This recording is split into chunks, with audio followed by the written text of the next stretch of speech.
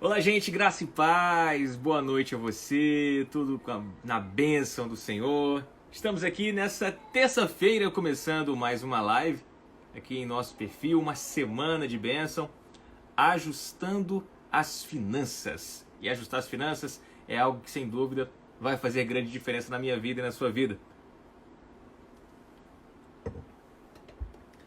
Estou hoje com muita alegria recebendo um amado, admirado pastor e professor da palavra de Deus. Sim, ele tem esse dom de mestre, e esse dom de mestre tem proporcionado uma entrega enorme em Belo Horizonte e por onde ele tem passado. Meu querido pastor Marcelo Carvalho já está aqui com a gente, já vou convidá-lo, porque o que queremos falar, cara, a sua vida, vai transformar a sua vida. Eu quero, inclusive, trazer aqui à tona particularidades que, sem dúvida, vão mexer com você e muito. O cara tá bonito de pé. Tô bonito, rapaz. Deixa eu Hoje pegar eu meu tô blazer. todo elegante, rapaz. Acabei de chegar aqui para fazer a sua live, deu nem tempo de trocar de roupa, vá assim mesmo. Meu Deus do céu. Não deu nem tempo de trocar de roupa e tá desse jeito, Eu hein? queria estar mais bonito para você, rapaz. Depois de você ter colocado esse timaço aí essa semana, eu tinha que vir preparado, né? Nossa, gente. Olha, e só aproveitando aí que você adiantou sobre a questão de timaço, eu estive hoje com o Gustavo Cerbasi e, ó, Sim. sexta-feira Vai o ser negócio vai incrível, eu não pegar, quero viu? perder de jeito nenhum. Olha, contando um segredo aqui, tomara que chegue a ele de alguma forma. Um dos primeiros livros sobre administração financeira que eu li foi exatamente Casais Inteligentes Enriquecem Juntos, né? Indicado aí, pelo meu pastor Manassés na época. Ele disse, ó, não conta para ninguém não, que o pessoal pode estar achando que a gente está desviando aí, lendo o livro secular. Só que o livro dele é extraordinário, né? O livro dele é maravilhoso. Não, mas o Cerbasi, ele tem uma linguagem que é muito heterogênea, na verdade, né? Sim, A sim. linguagem do Cerbasi, ela é muito universal. Isso, a gente conversando até, é uma coisa que ele preza, viu, pastor? Isso aí Sim. ele destaca, por sinal. Ele não se envolve, por exemplo, em política. Sim. Não se envolve. E ele não se envolve por um simples motivo. Ele quer que a mensagem dele tenha alcance de um certo modo, a toda a população. O desejo dele é muito bacana, o legado que ele tem deixado é de transformar vidas. Isso. A navegação que eu tenho na vida financeira começou em 2013 e começou com o livro de quem? Gustavo Cerbasi. Então, assim, é um momento ímpar. Eu estou realizando, na verdade, um grande sonho de poder estar conversando com ele, batendo um papo, e esse papo ser aberto para mais pessoas. É uma mentoria disponível para mais pessoas, entendeu? Com certeza, vai ser maravilhoso, viu? Mas eu posso Sexta-feira, falar um ó. segredo para o senhor? Diga. Hoje não vai ser diferente, não. É verdade, é verdade. Olha, Rapaz. eu tô numa expectativa. Sabe por quê, pastor? Todo investidor, ele tem uma consciência. Ele tem um entendimento. O Sim, investidor, ele não investe apenas em tempo de bonança. é verdade. Em tempo de bonança, é tempo do investidor fazer colheita. É exatamente, isso O mesmo. tempo do investidor é justamente quando as coisas estão apertando. Que é quando É todo desse mundo jeito. fica correndo, ele vai lá e compra tudo, ó. Pum! A terra tá limpinha, todo mundo não está interessado naquela terra, ele começa a lançar semente. Bum, bum, bum, bum, bum, bum, bum. Quando as coisas começam a aparecer, que neguinho toma conta, ali tá, aquela terra tá boa. Ele já tá voltando com os fardos na costa, meu irmão. Isso mesmo. E a Alex, oferta deixa eu te tá contar uma diferente, né? história. É desse jeito. Eu cresci no interior da Bahia, até os 18 anos eu morei na cidade de Jacobina, lá na Bahia, né? Pertinho aí, né? Quase divisa com Gravo pra lá. Pernambuco, né? Eu gravo pra lá. Perto ali. E meus pais sempre plantaram. Meu pai sempre foi comerciante. Ele plantava, tanto plantava quanto comercializava. E eu vi algo acontecer todos os anos e eu ficava pensando, quando criança, eu dizia, como é que o pessoal não consegue antever essas coisas? Como é que eles não conseguem ter uma antevisão disso? O que acontecia? Os agricultores plantavam as suas sementes com a expectativa de colheita com o feijão, por exemplo, que era a minha região planta muito feijão. Hoje nem tanto, mas na época se plantava muito. Vamos imaginar que uma saca de feijão estivesse a R$ 100. Então, eles plantavam em uma época, ele tinha expectativa de colher sacas a R$ 100. Só que todo mundo plantava junto, criava aquele aumento de demanda, né? De oferta, na verdade. E aí, quando eles colhiam, tinha tanto produto lá naquela época que eles acabavam jogando o preço para baixo e a saca caía para R$ 40, R$ 50. E sabe o que eles faziam? Vendiam tudo a preço de banana, torravam tudo. Sabe o que acontecia curiosamente? Eles esperavam mais um ano para plantar de novo. E quando eles iam comprar sementes, o preço do feijão de novo estava lá em cima. E eu sempre perguntava por que eles não plantavam seguidamente, ou então por que eles não faziam de fato os investimentos em tempos corretos para que usufruísse tanto no plantio quanto na colheita. Porque você tem benefício ao plantar e tem benefício ao colher. Entendeu? Perfeito. Perfeito. Olha, esse é um raciocínio que é, inclusive, na educação financeira, é ensinado para que você tenha aquisições diferentes, consumos diferentes. Por exemplo, há quem pense que isso é coisa de muquirana. Eu acredito, e o Serbasi também, que isso é coisa estratégica. Por exemplo, comprar roupas de frio no verão. Estratégia, não faz sentido. É melhor você fazer na melhor...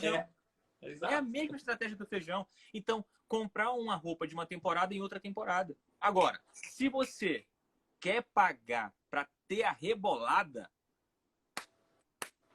Não, você já reparou que, por exemplo, em datas comemorativas, como finais de ano, a gente tem um valor específico até o dia 23, dia 24, e no dia 26 a coisa cai 30%, 40%, tem promoções. Né? É claro que se tem o valor do presente do dia, mas por que então não se dá um presente monetário? Olha, eu vou te dar tanto para você comprar o que você quiser. Isso! Mas aproveita o melhor preço depois de passar um dia. Pastor, um dia. Quando nós ministramos para famílias, a gente ministra sobre finanças para casais, por exemplo. Sim. Irmão, vamos lá. Isso aqui é meme até, já virou meme. Ovo da Páscoa, pastor. Um dia antes da Páscoa, R$ 80. Um dia depois, R$ 10. Misericórdia, velho. Então, assim, é muita falta, na verdade, só de parar um pouco e planejar. E a educação financeira, ela ensina justamente isso, planejamento. E aí, exatamente, eu já vou jogar um anzol. Manda. Porque eu quero saber o seguinte, pastor.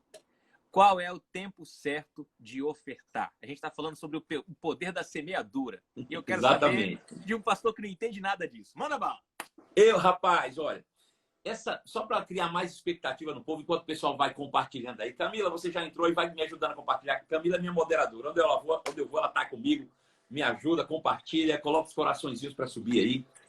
Pois bem, veja uma coisa interessante. Essa noite, eu fui dormir pensando na nossa live. E olha que eu faço várias lives toda semana com muita gente. Mas essa em especial, eu passei metade da noite pensando nos assuntos que iríamos tratar aqui. Acordei às 5 da manhã, com o meu iPad na mão, anotando tudo, que eu tenho um monte de coisa para falar hoje aqui, que eu sei que vai abençoar tanto a tua vida, quanto a minha vida, quanto a vida de todo mundo que está nos acompanhando aí. Vai ser maravilhoso, tenho certeza disso.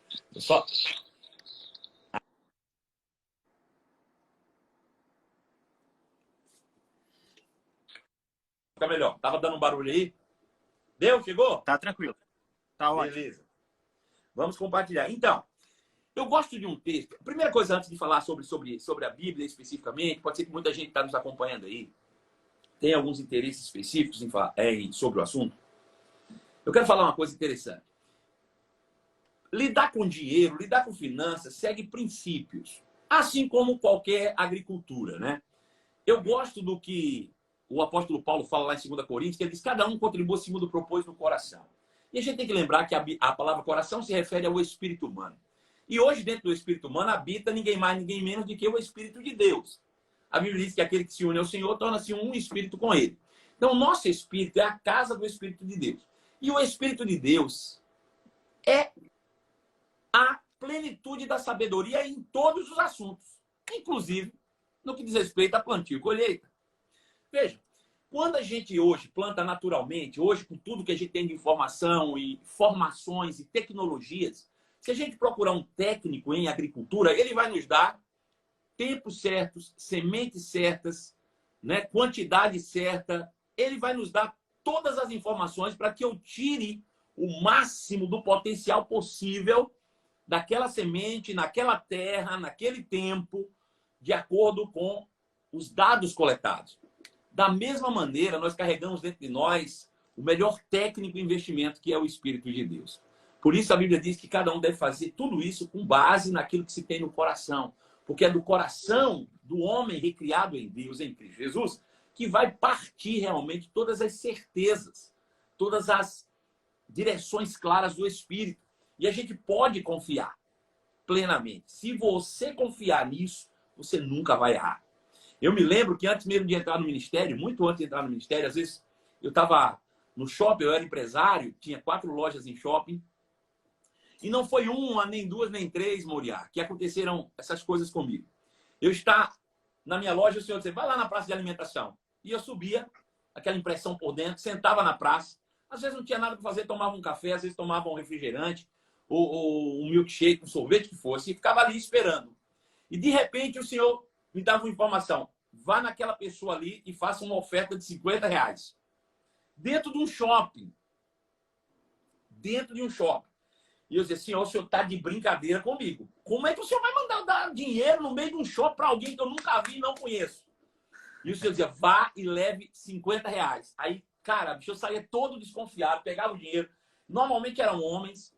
E aí, quando eu chegava perto, eu dizia, cara, eu vou te dizer uma coisa antes de qualquer coisa. Eu não sou coisado, tá? Eu sou crente, tá? O que eu tô fazendo aqui não tem nada a ver. Vai que, né? O cara podia imaginar. E ele disse, o que foi? Eu disse, olha, eu sou crente, eu estava orando e o senhor falou comigo para me te dar essa oferta. Cara, todas as vezes, invariavelmente, as pessoas começavam a chorar e diziam, eu também sou crente, eu estava orando e Deus falou comigo que você faria isso. Nossa. Bom, anos se passaram e eu acabei entrando para o ministério. E o Senhor falou comigo, sabe aquelas coisas que eu fiz você fazer lá no shopping? Eu disse, são pequenas demais, não são? Eu disse, eram. Eu disse, mas eram suficientes para treinar o teu espírito. Para ver o quanto você estava disposto a obedecer o espírito. Porque eu queria te levar para coisas grandes. Então, hoje, eu consigo fazer investimentos no reino de Deus. Para você ter uma noção, a gente mudou de prédio há um ano atrás, exatamente. Fez um ano agora, em março, que nós mudamos.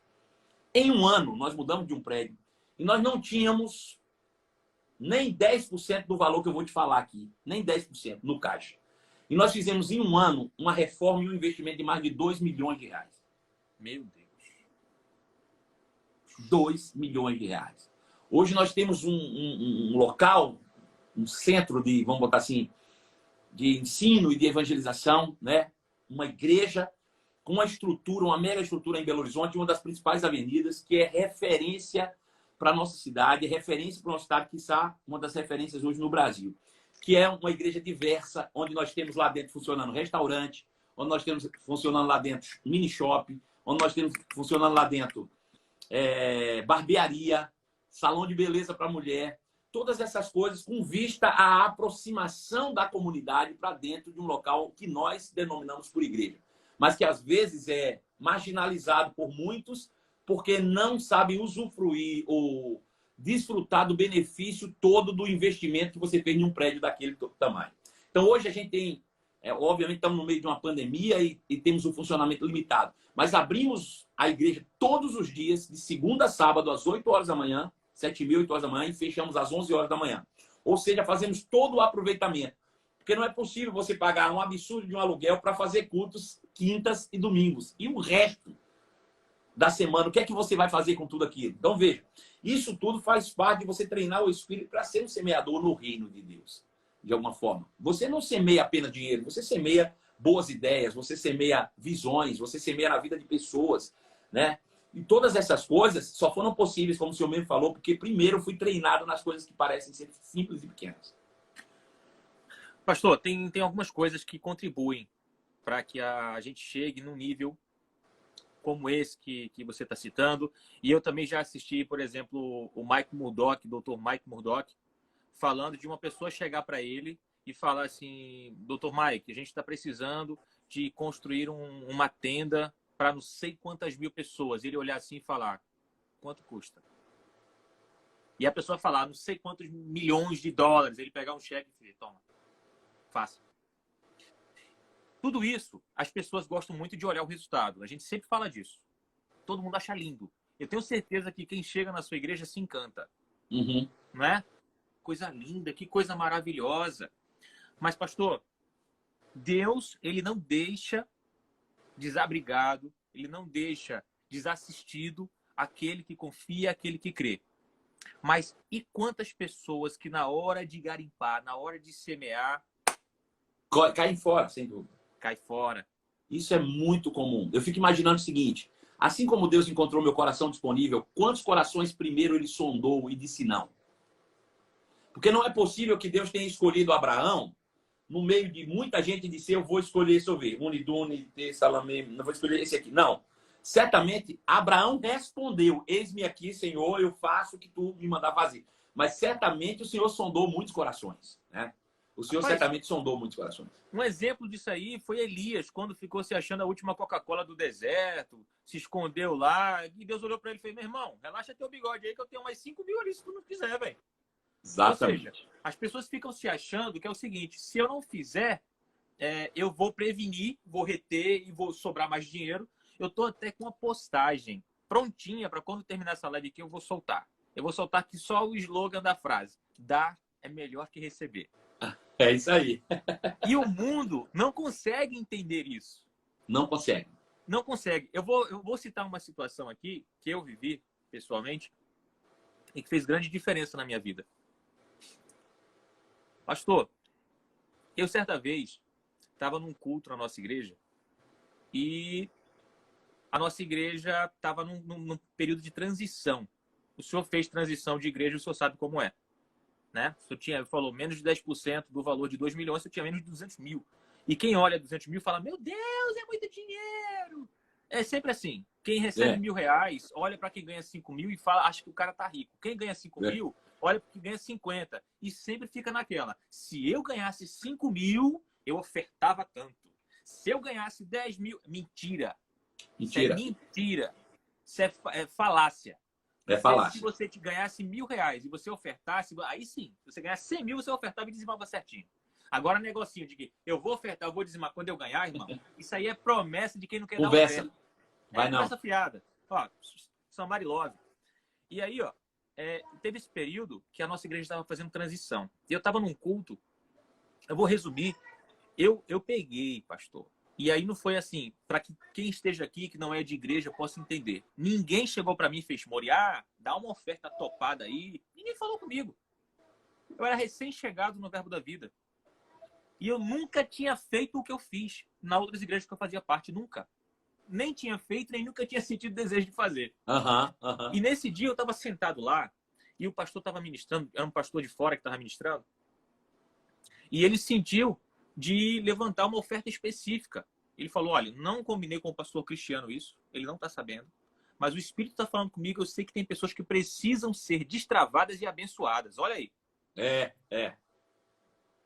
Quando ele falou a oferta, eu fiz, meu Deus, eu não tenho esse valor, mas eu queria muito poder fazer uma oferta desse nível, assim, para rasgar, sabe? Se o senhor falasse com ele aí, para mim, eu também ofertaria. Quando eu termino, isso no pensamento, só orando. Sim. Aí ele fez assim, ó, e você que falou agora no Espírito, que não tem essa oferta, mas quer romper, chegou a tua hora, meu irmão. Vamos romper junto. Pastor, veja o que é o negócio. Eu tava só assim, parado, ó. Que eu geralmente, quando eu tô no culto, eu fico muito concentrado, só assim, ó. E aqui por dentro, sabe? Aí eu aqui, ó, do jeito que eu tava, quando ele falou isso, eu olhei para minha esposa. Quando eu olhei para minha esposa, vê o que é Espírito Santo, meu irmão. Ela botou a mão no meu ombro e fez assim, ó, faça o que ele colocou no seu coração, sem saber o que era. Sabe o que eu tinha colocado no meu coração, pastor? Sim. A minha conta. Eu tava juntando o ano todo para amortizar uma casa que a gente tinha financiada. Sim. E eu olhei assim, rapaz, tremeu perna, tremeu unha, tremeu joelho, tremeu foi tudo. E eu peguei na mão dela, a gente foi lá, semeamos. E olha, Deus é muito ruim, pastor.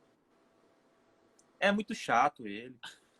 Nesse mesmo mês que eu fiz isso, o valor que eu ofertei, ele mandou 5 vezes esse valor na minha conta no mesmo mês, pastor. Olha aí, olha aí. Veja É que isso Deus mesmo. ruim que nós temos, pastor. Não tem quem ganhe de Deus no dar. Não adianta, não adianta. Ninguém vai vencer Deus nisso. Você me fez uma pergunta e eu acabei não concluindo a resposta. Quando você diz qual é o tempo de plantar, né? Eu gosto de um texto que foi escrito, né, há pelo menos aí quase 3.000 anos atrás. Acredita-se que entre 2.300 a 3.000 anos, que há alguma controvérsia, que é o texto de Eclesiastes, né? Que em sua tradução original seria o pregador. Alguns atribuem esse texto a Salomão, ou pelo menos ao que ele falou, e alguém coletou 300 anos antes de Cristo aí e trouxe essa coletânea para que a gente pudesse inspirar na sabedoria do homem, considerado o homem mais rico de todo o mundo, né? O próprio Mike Murdock faz um levantamento da fortuna, né? De todo o patrimônio de Salomão, e hoje o homem mais rico do mundo não chegaria nem perto, né? Do que ele possuiu, do que ele teve. E ele diz algo interessante no capítulo 11 do seu livro de Eclesiastes. Ele diz assim: lança teu pão sobre as águas, e depois de alguns dias você vai tornar a encontrá-lo. Esse é o versículo 1. Versículo 2, ele diz assim: reparte o que você tem com 7 e até com 8, porque você não sabe que mal sobrevirá sobre a terra. Olha que curioso. Eu vou repetir. É bem interessante. Não, eu já peguei aqui, irmão. Ele disse: lança teu pão sobre as águas, porque depois de alguns dias você vai tornar a encontrá-lo. Uhum. Aí ele diz: reparte o que você tem com 7 e talvez com 8, né? Porque você não sabe que mal poderá vir sobre a terra, ou sobrevirá sobre a terra. Veja. Ou seja, quando você ouvir rumores de crise, rumores de problemas no mundo, ele disse: é hora não de reter, é hora de semear. Semeie com 7 e talvez com 8. Agora veja que curioso isso. Vamos tirar o lado espiritual, porque nós sabemos que finanças, ela se estabelece sobre dois princípios. Princípios naturais e princípios espirituais. Às vezes as pessoas erram em um deles, né? Às vezes são muito certos nos princípios espirituais, mas não conseguem administrar bem, né? Como nós falamos outrora aqui, não tem zelo, não tem cuidado com as coisas e acaba que a bênção escorre pelos dedos. Outros controlam demais, mas não zelam pelos princípios espirituais e acabam realmente padecendo. Mas, enfim. Veja coisa interessante. Vamos botar o princípio espiritual de lado disso aqui. O que é uma crise, Moriá? O que é uma crise, afinal de contas? Período de escassez. Veja, falta de dinheiro no mercado configura-se crise. Perfeito? Agora eu te pergunto, alguém queimou dinheiro? Alguém enterrou dinheiro? Bom, e o dinheiro deixou de existir por algum motivo? Não. E por que tem crise? Porque ele parou de quê? Ele parou de circular. Veja, o que é que faz um dinheiro parar de circular? Um boato. Ei, vai ter crise. Esse negócio da pandemia aí, meu filho, vai ser uma quebradeira. Aí o povo faz isso, ó. Epa, o meu não. O meu não. E eles travam tudo. E aí o dinheiro para de circular. E quando para de circular, obviamente que não gira, ele não se multiplica. O dinheiro precisa ser corrente para gerar recurso, para gerar, né, renda, riqueza para as pessoas. Enfim, o dinheiro para de circular. Aí a Bíblia, 3.000 anos atrás, diz assim: quando você ouvir rumor de crise, não permita o dinheiro parar, não. Comece a circular o dinheiro, divide o que você tem com 7, com 8. Vamos imaginar que a gente, dentro de uma sociedade, né, ou de um núcleo social como uma igreja, decidíssemos fazer isso entre nós. Eu tenho o meu negócio, tenho o outro, tenho o dele, vamos nos reunir, eu compro de você, você compra de mim, e a gente começa a circular o dinheiro. Lá fora pode estar a maior crise, aqui dentro o dinheiro está circulando, produzindo, né? Então, veja, por si só, de maneira natural, já é uma excelente dica, né? Ou seja, não deixa o dinheiro parar de circular. É um conselho maravilhoso. Agora, veja, nós somos semeadores por natureza. Nós vamos falar sobre isso daqui a pouquinho. Porque temos a natureza de semeadores. Ponto. A Bíblia diz que Deus, então, dá pão semente ao que semeia e pão ao que come. Ele dá pão para quem come e semente ao que semeia. Veja, a gente tem que também saber fazer distinção, às vezes, o que é pão e o que é semente. Né? Tem muita gente comendo a semente e tem muita gente plantando pão. Né? E isso motivado por várias questões. Por exemplo, quem acaba plantando pão e semente, muitas vezes está fazendo por ganância. Né? Descobriu um princípio, eu vou plantar tudo para ganhar mais, mas nem está usufruindo do que ganha. Aí morre, fica tudo aí, vai adiantar de nada. E outros, por medo, acabam comendo as sementes. Né? Mas nós não, nós somos semeadores e entendemos bem isso, que nós comemos o pão e plantamos sementes. Certo? Sim ou não? Certíssimo. Só que a Bíblia diz o seguinte: em tempo de crise, plante até o pão. Lança teu pão sobre as águas. Uau! Deu para entender? Meu amigo. Esse é o melhor momento e a melhor oportunidade de a gente fazer isso, para que a crise acabe rápido. Entendeu?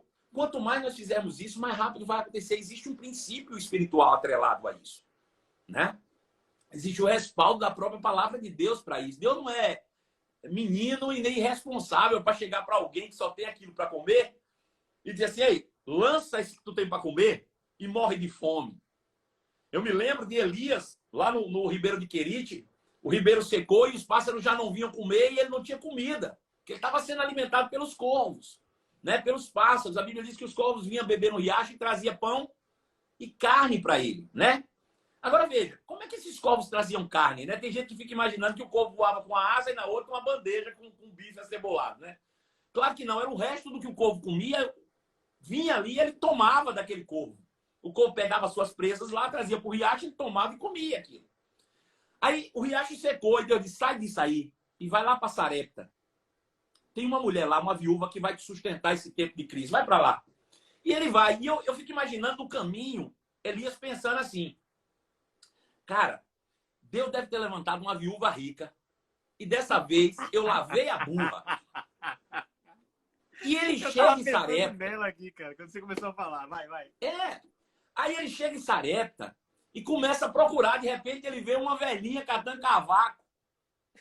E o Espírito diz: olha lá, tá lá a viúva. Aí ele disse: é essa aí? Ele disse: é essa aí.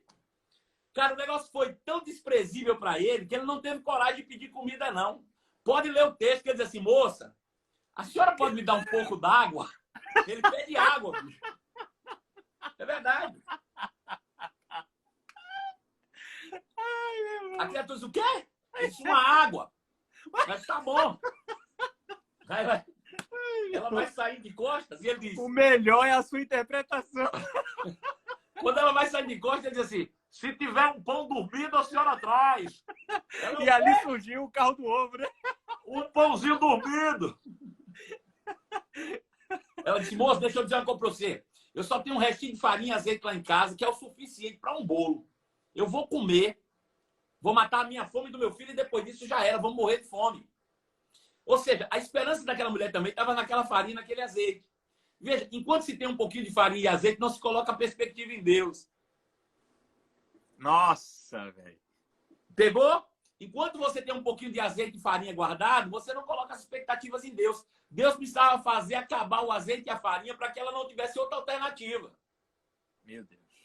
Porque Deus não queria só alcançar o profeta. Deus queria alcançar quem estava semeando. Veja, tem pessoas que passam a vida inteira com uma merreca de dinheiro guardando. Desculpa a expressão que eu vou usar aqui, até porque você acabou de me dar um testemunho agora há pouco.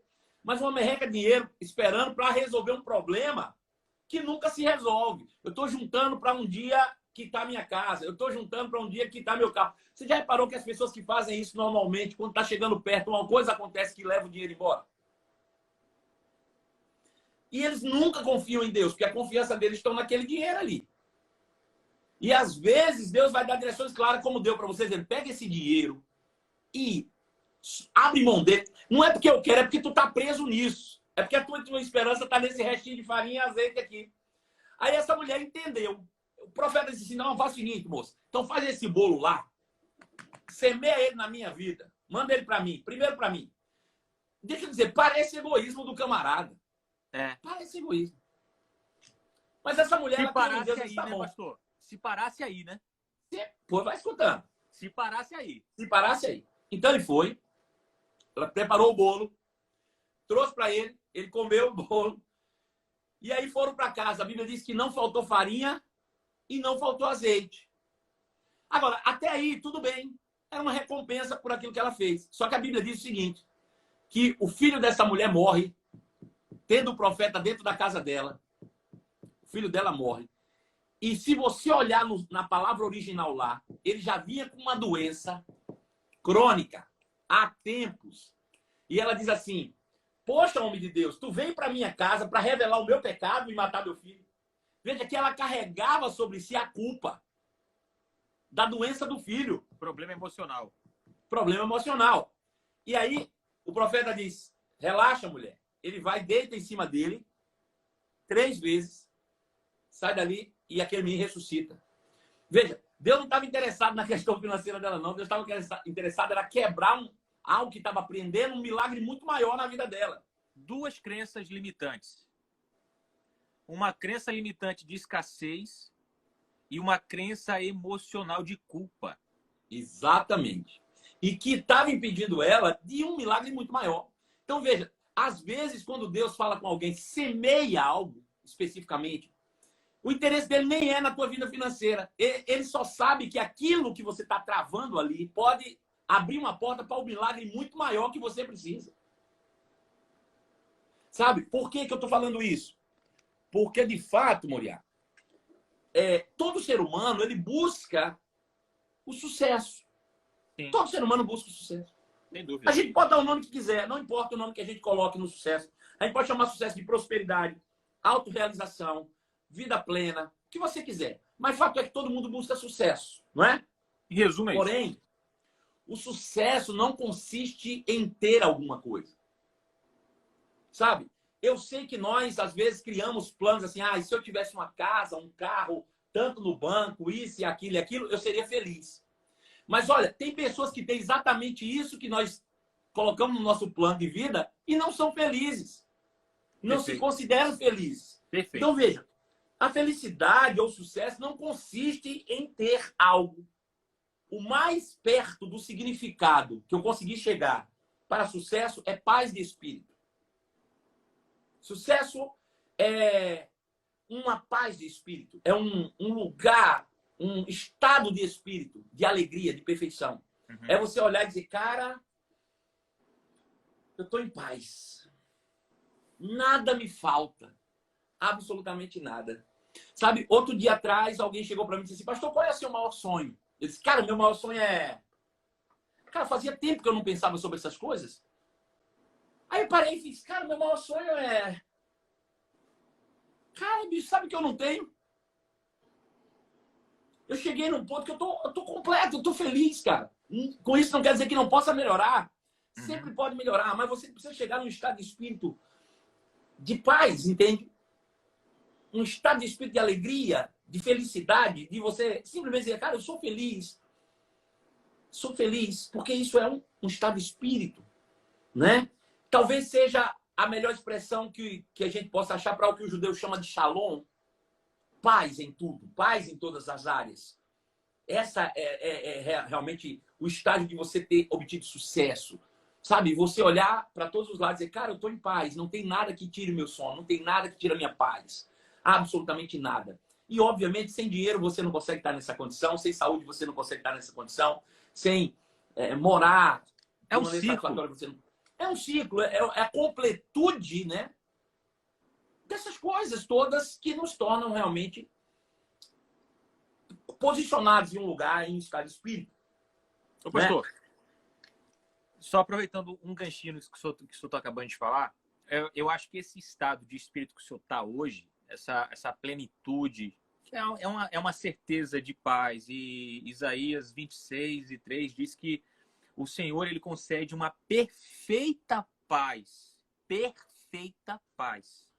para aqueles que mantêm o seu propósito firme nele e que confiam nele. Pronto, é exatamente onde nós vamos chegar. Olha que coisa. Então, o que eu acho que está faltando, pastor, na boa, se você chegasse para mim assim e falasse, alguém chegasse e falasse, Moriá, o que eu preciso fazer para me sentir próspero? Eu vou dizer, cara, a prosperidade ela pode estar mais perto de você do que você imagina.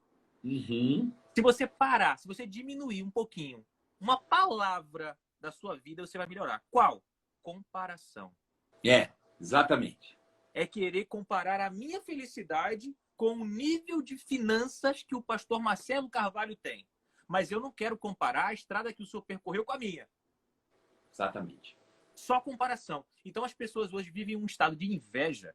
E esse estado de inveja, de comparação, tem levado as pessoas à frustração e à murmuração. Aí, meu irmão, é um problema atrás do outro. E sabe o que chega? Fica muquirana e não quer ofertar porque acha que não tem dinheiro. Acabou. Exatamente. Porque isso que eu vou te falar vai chegar exatamente nessa questão da semeadora. Escuta para você ver. Que coisa interessante. Então, vê. Um lugar onde você pode olhar para si mesmo e afirmar, cara, eu sou. Você é o quê? Eu sou o que eu quiser hoje. Eu estou bem. Eu estou em paz, eu sou.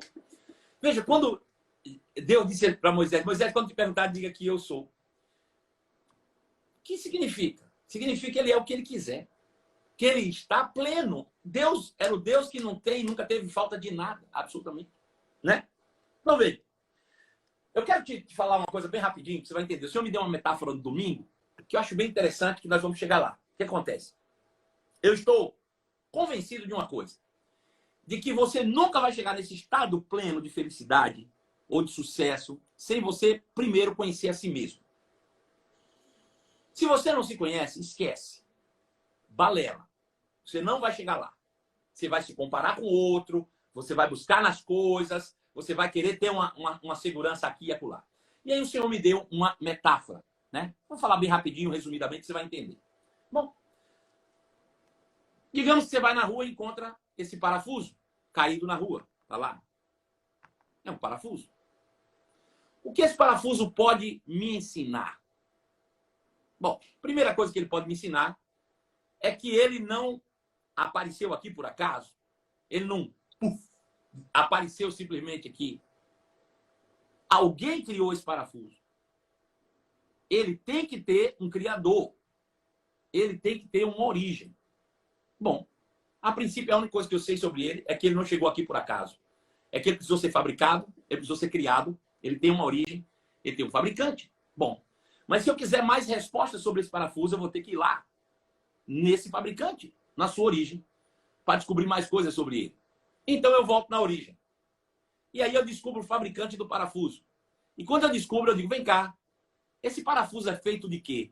E ele diz, de plástico. Ele é feito de plástico. Ou ele poderia dizer para mim, ele é feito de ferro, ele é feito de aço, ele é feito de titânio. Bom, no momento que o fabricante me revela a origem do que isso é feito, eu agora já tenho uma informação importante. Todas as vezes que eu olhar para ele, eu vou ver plástico.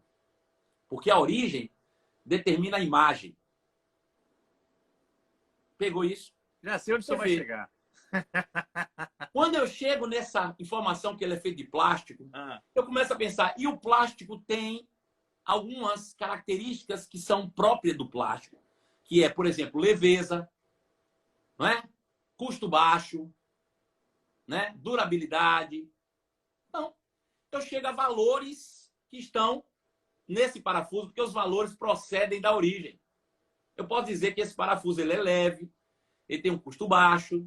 São valores desse parafuso. Veja, pelo simples fato de eu ter chegado na origem, eu já descobri duas coisas importantes. A imagem, ou seja, do que ele é feito, e os valores que ele carrega. E por causa dessas duas coisas, eu posso chegar a uma informação ainda mais importante. Para que serve um parafuso desse? Alguém fez isso aqui com um propósito. Existe um propósito existir, e esse propósito está ligado à origem, está ligado à imagem e está ligado aos valores. Se esse parafuso é de plástico, ele poderia servir para montar um brinquedo, por exemplo. Né? Porque se ele for de titânio e fosse montar um brinquedo, ia ficar inviável pelo custo. Mas se, por exemplo, ele fosse de titânio, ele já carregava valores diferentes. Ele seria durável, ele seria resistente, mas teria um custo alto. São valores diferentes para algo que parece igual. Mas ele serviria, por exemplo, para fazer uma prótese dentária. Agora eu te pergunto, o fato de um parafuso servir para prótese e outro servir para um brinquedo, quer dizer que um é mais importante que o outro? Será que uma boca cheia de dente é realmente mais importante que uma criança feliz? Cada um tem seu valor. Cada um tem seu valor.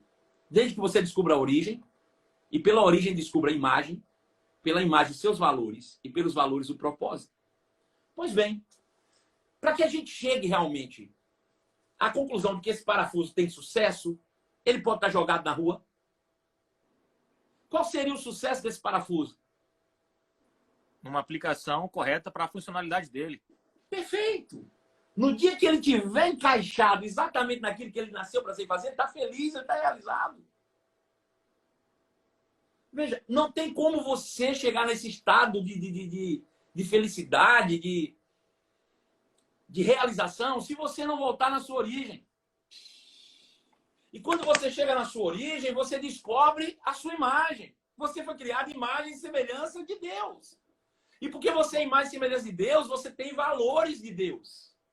Você tem a paz, você tem o amor, você tem justiça. E quer saber? Você tem algo chamado generosidade.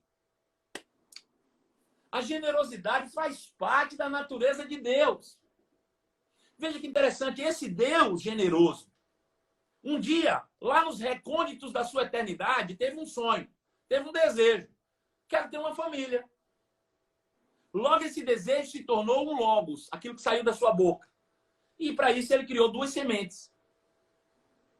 Ele podia ter feito uma série em massa, uma produção em série de humanos, mas ele preferiu fazer 2 sementes.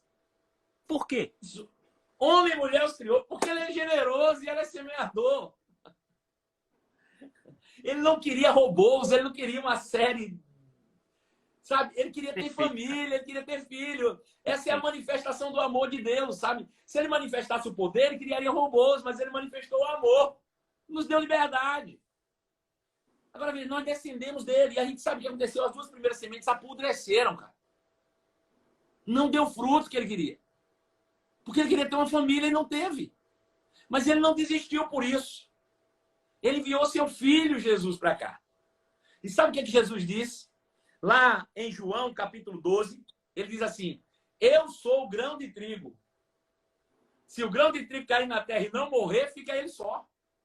Mas morrendo nascerão muitos. Ou seja, Deus amou o mundo de tal maneira que deu a sua única semente. Deixa eu te dizer, Deus já tinha perdido 2. Deus tinha perdido 2. E agora tinha uma. Ele podia ter dito, rapaz, eu já dei o dízimo uma vez, não funcionou. Eu já dei a oferta uma vez, não funcionou. Por que eu vou dar de novo? Ele disse, eu vou dar de novo. Quer saber, Moriá? João 3,16 revela algo que a gente ainda não atentou. A Bíblia diz que Deus amou o mundo de tal maneira que ele deu. E se ele deu, ele ficou sem nenhum. Nossa. Todas as vezes que você planta, a semente precisa morrer. A princípio, parece perda. Eu não tenho nada. Mas a Bíblia diz em Isaías 53:10 que a Deus agradou moê-lo. Entregar Jesus para morrer na cruz, para Deus, era motivo de alegria. Ainda que naquele momento ele estivesse perdendo. Por quê? Porque ele estava plantando outra semente. Ele já estava vendo a colheita. E já estava vendo a colheita, exatamente. A Bíblia diz que em troca da alegria que ele estava proposta, ele suportou a cruz. Não fez caso da vergonha, ele está sentado à direita de Deus. Agora veja, qual era a alegria que estava proposta? Ele trouxe a realização dos seus sonhos por meio do plantio de uma semente. Sabe? A gente precisa, às vezes, fazer morrer as nossas sementes para que os nossos sonhos nasçam. Sabe por que às vezes a gente não consegue realmente realizar muitos sonhos? Porque a gente está preso no dinheiro. Ainda. E as pessoas ainda não entenderam. A avareza ainda está tão ligada ao coração do homem, à natureza humana, que eles não entenderam que Deus não está interessado no dinheiro, está interessado no sucesso da gente. Só que o nosso sucesso está ligado diretamente à natureza da origem, que é generosidade. Pastor, se a gente for olhar para isso aí, o Deus que deu o seu único filho é diferente do Deus que nós servimos? Não é, né? Então, quando ele quer que nós ofertamos a nossa semente, é porque ele já está vendo a nossa colheita. Exatamente. É exatamente. Ele não ia pedir para filho, olha o que eu tenho aqui para você, rapaz, solta esse negócio, vem para cá. Moriá, ele nunca iria pedir para a gente fazer algo que ele não tivesse feito primeiro. Nunca. Exato. Ele experimentou e ele sabe que funciona. É por isso que lá em Malaquias ele diz, cara, tá duvidando, bicho? Faz prova comigo. Eu não gosto desse negócio não, mas eu vou abrir mão. Faz uma prova, uma vez só. E eu quero ver. Agora, deixa eu te contar uma história minha, pessoal. Você vai entender uma coisa. Gente, estamos na semana Ajustando as Finanças. Esse é o pastor Marcelo Carvalho, do Verbo da Vida, em BH. Isso. O bonitão. Vê só. O pessoal sempre falava comigo assim, cara, vamos comer comida japonesa? Eu digo, rapaz, nunca comi esse negócio, eu não gosto. Ah, mas vamos comer. Então vamos. Aí fomos um dia. Chegamos no restaurante de comida japonesa, aí serviram para mim, eu fui logo com o olho grande naqueles colorido, peguei um negócio daquele com peixe cru e joguei na boca. Cara, na hora que eu mordi aquilo, encheu assim. Era um baiacu, era? Cara, aquele negócio, a textura, fazia croc, croc. Eu digo, rapaz, Eu olhei para um lado, eu vou botar para fora esse negócio. Eu falei, nunca mais eu vou comer isso na minha vida. Nunca mais. Bom, passou o tempo, nunca mais eu botei aquilo na boca. Ano retrasado, fui para o Chile. Vai escutando essa. Aí preguei em Santiago durante alguns dias e recebi um convite para pregar na cidade de Rancagua, que fica aproximadamente 100 quilômetros, 100 e poucos quilômetros de Santiago, no Chile. E aí o pastor de Rancagua, né, me mandou uma mensagem, disse, pastor Marcelo, vai ser um prazer te receber aqui. Olha, se prepare que eu já mandei fechar um restaurante. Depois do culto, a gente vai todo mundo para o restaurante só por nossa conta. Cara, essa comida do Chile é muito boa, bicho. É carne, velho.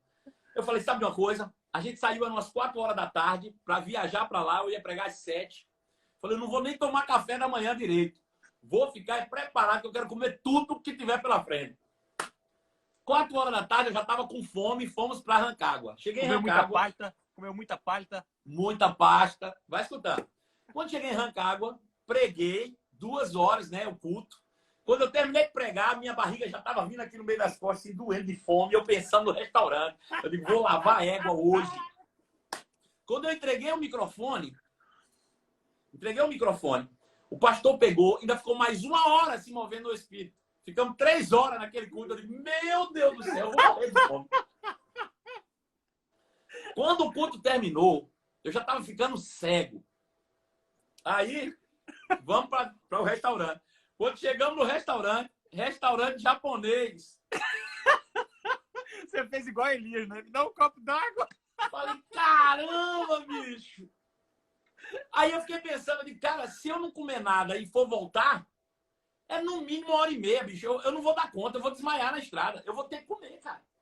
A experiência ruim que eu tive, cara, vai me impedir de comer aquilo que vai resolver o meu problema. Era uma experiência ruim, cara, que eu tinha tido, que estava me bloqueando naquilo que podia resolver o meu problema. Deu para entender isso? Sim. Eu falei, sabe de uma coisa, cara? Eu vou experimentar de novo esse treino. Aí me disseram assim, come os hot. Falei, traz aí. Peguei o primeiro, falei, cara, gostoso. Bom. E aí comecei, bicho, tudo que vi, eu sei que eu gostei de tudo, comi tudo. E moral da história, por causa de uma experiência ruim que eu tinha tido no passado, eu estava sendo privado da única coisa que podia resolver o meu problema. Sabe por quê que acontece? Muitas vezes as pessoas que estão nos ouvindo agora, nos assistindo, tiveram experiências erradas, ruins no passado, com pessoas que não tinham caráter, ou coisa parecida, ou sei lá o quê, né? Nessa área de dar, de ofertar. Sim. Mas o fato de você ter tido essa experiência ruim, se você não quebrar esse bloqueio que você mesmo criou, vai te impedir de fazer a única coisa que nesse momento pode resolver o teu problema. Porque você não vai colher se não planta, meu irmão. Já era. É um princípio. Se você não quebrar isso, você vai viver eternamente na força do seu braço. Então, você vai viver na miséria, porque você é inteligente, você pode trabalhar e conquistar. Mas não vai ser debaixo de uma graça específica de Deus. Agora, quer saber a maior? Eu enchi o bucho naquele dia, meu filho. Enchi. Eu cheguei, tava igual... Agora tá igual um baiacu, de tanto que eu comi daquela comida japonesa. E depois que eu comi, que eu enchi o bucho, o pastor veio e disse assim, ei, gente, essa era só a entrada. O jantar vai começar agora. Nossa! Rapaz, viu o que é um tubarão, cara? Cara, veja, moral da história. Como eu estava falando, muitas vezes as pessoas deixam de usufruir de algo que pode realmente lhe beneficiar por causa de experiências ruins do passado. Experimenta de novo. Faz um novo teste. É isso que Deus está dizendo. Cara, faz prova, faz de novo. Seja constante nisso, né? Gálatas 5:6 diz, cara, se não nos cansarmos de fazer o bem, uma hora nós vamos colher. Continue plantando. Ô, pastor, uma hora colhe, cara. Pastor, se a gente for traduzir isso na Bíblia, Eclesiastes 11:6. Plante pela manhã e à tarde. Não guarde suas mãos, não, meu irmão. Lança novamente, porque você não sabe se... Quando a Bíblia fala, você não sabe se isso não vai dar essa, ou se essa vai dar, é porque você tem que entender uma coisa. Às vezes você lançou uma oferta e deu muita chuva, atrapalhou.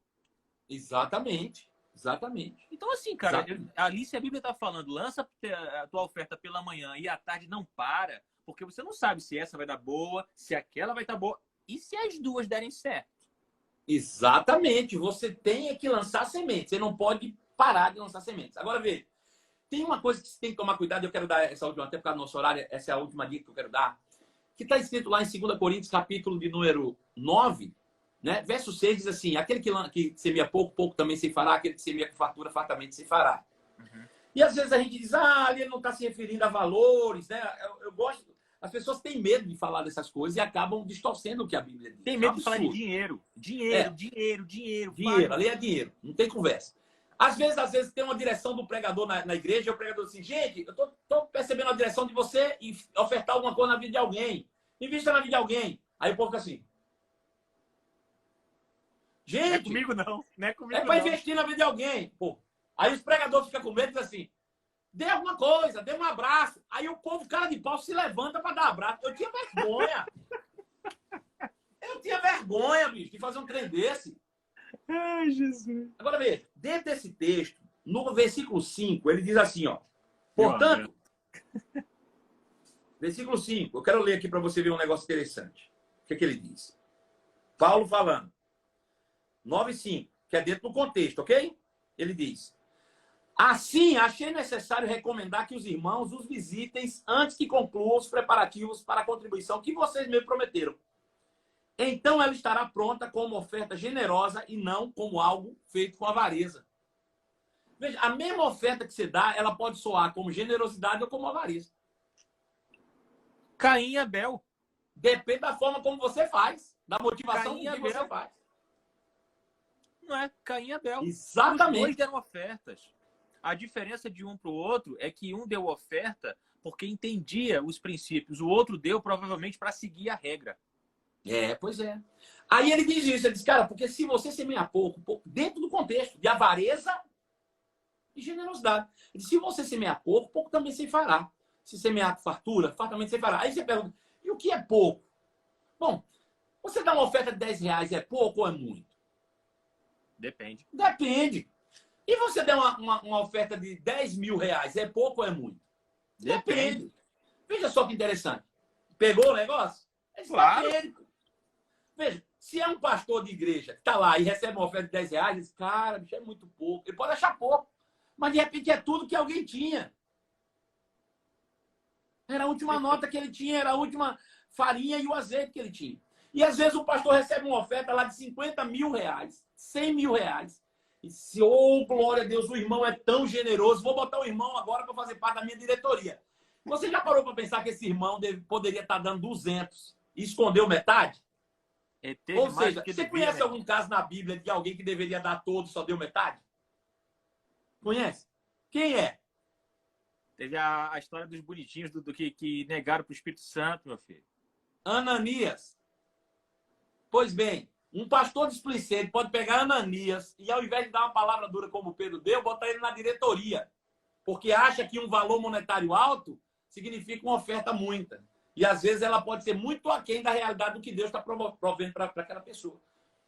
Então, veja, primeira coisa que a gente tem que entender nisso é que a generosidade parte de dentro de nós e não de quem nos vê fazer. Então, tanto faz, você não tem que ter vergonha na sua oferta. Seja 2 reais, seja 2 mil, seja 2 milhões. É você e Deus que sabe se isso é pouco ou se isso é muito. Isso. Você não faz para impressionar ninguém. Você faz porque você é movido pelo Espírito. A Bíblia diz, cada um dê conforme foi determinado no coração. Não com tristeza, nem por necessidade, porque Deus ama aquele que dá com alegria. Sabendo que alegria tem a ver com aproximar-se de Deus com fé. Sem fé é impossível agradar a Deus. Então, você fazendo isso com a convicção correta, com a convicção certa, é certo de que você vai colher e colher muito, dentro da perspectiva daquilo que o Espírito, que você, no seu Espírito, né, se propôs a fazer. Então é isso, Moriá. Essa era a dica que eu tinha para dar para vocês. Rapaz, que dica! Vamos fazer uma vigília de dicas dessa? Boa demais! Pastor, eu quero demais aqui agradecer sua participação mais uma vez. A gente está na nossa segunda live. Cada vez que eu faço é enriquecedor. Tenho acompanhado também as suas lives. Você tem feito lives pela manhã e lives à noite. E à noite. É o quê? 11 e 11, é? 11 da manhã e 23 horas, todo dia. 11 da manhã, 11 da noite. Tem live no perfil do nosso querido pastor Marcelo Carvalho. E você, gente, nessas lives, entenda. Tem gente que está achando que está enriquecendo a vida porque está assistindo show de cantores de graça. Nada contra o seu entretenimento. Só tem uma coisa. Só cresce quem aprende. É isso aí. Então, se você tem uma oportunidade hoje de estar estudando diariamente, de estar aprendendo, de estar sugando, por exemplo, eu estou 1 hora conversando com esse homem, isso aqui é uma mentoria, meu irmão. Isso não tem dinheiro no mundo que pague, entendeu? Vai ter o sushi que eu vou pagar quando eu for lá para Minas Gerais. Yes! Agora eu já aprendi, rapaz. Isso aí é ouro. Isso é ouro. Então, gente, estamos numa semana em que está acontecendo uma oferta da nossa vida para a sua vida. Acredite. A hora desse homem não é uma hora barata. Por que eu falo que não é uma hora barata? Eu não consigo estimar preço. Porque a bagagem que ele tem, as experiências que ele tem, o conhecimento, a experiência com o Senhor que ele tem, não tem preço que pague. Mas ele está se doando 1 hora aqui para abençoar a sua vida. Amém. E essa semana, outras pessoas também estão se doando. 1 hora de consultoria com o Gustavo Cerbasi, por exemplo, eu acredito que não é muito baratinho, não. Não é não. Entendeu? Não. Então a gente está, na verdade, cumprindo o nosso chamado. Eu tenho uma missão na minha vida, o pastor Marcelo Carvalho tem uma missão na vida dele, que é treinar pessoas, é levar as pessoas para o melhor nível dela. Então aprende uma coisa, não fica deixando aquela vozinha interna de Satanás falar no teu ouvido de que o que a gente está querendo fazer aqui é manipulação. Tem muitas pessoas que confundem instrução com manipulação. É. E eu tenho certeza que tem pessoas que ficam ouvindo essas coisas aqui e ficam criando no coração aquela astúcia. Isso é manipulação. É manipulação, meu irmão? Experimenta fazer essa manipulação e veja se a sua vida não vai mudar. Isso mesmo. Experimenta. Manipulação não muda a vida de ninguém, não. Só prejudica, meu irmão. E a palavra de Deus, ela é viva e eficaz para gerar frutos na sua vida. Eu creio. Oro e intensifico o desejo no meu coração que a sua vida venha a prosperar. Rica e abundantemente. Em nome de Amém. Jesus. Eu creio demais aqui em tudo que foi falado, creio na vontade do Senhor de abençoar a nossa vida e louvo ao Senhor pela vida do nosso querido pastor Marcelo Carvalho. Ô, Alex, obrigado, um privilégio, uma grande honra estar com você mais uma vez e com todos vocês que nos acompanham, claro. Sempre estou com você, para mim é muito instrutivo também, me inspira a buscar cada vez mais. Sou grato a Deus pela sua vida e por essa conexão que o Senhor tem criado através de nós, viu? Vamos juntos caminhar nessa carreira, né, em direção à perfeita vontade de Deus e conta comigo sempre e eu conto contigo também. Amém. Pessoal, só para não perder, essa live vai ficar gravada, a gente vai exibir no nosso canal do YouTube. Seu problema não é dinheiro. Se você puder, quando sair daqui, vai lá no YouTube. Seu problema não é dinheiro, digita, se inscreve no nosso canal, porque na sexta-feira a live com o Gustavo Cerbasi vai ser transmitida pelo YouTube. Então, legal. É uma oportunidade de você estar atento nisso aí também, tá bom? Pastor, obrigadão. Vá comer seu sushi, que eu vou comer agora minha macaxeira com charque. Yes! Tchau. Tchau. Fica na paz. Amém.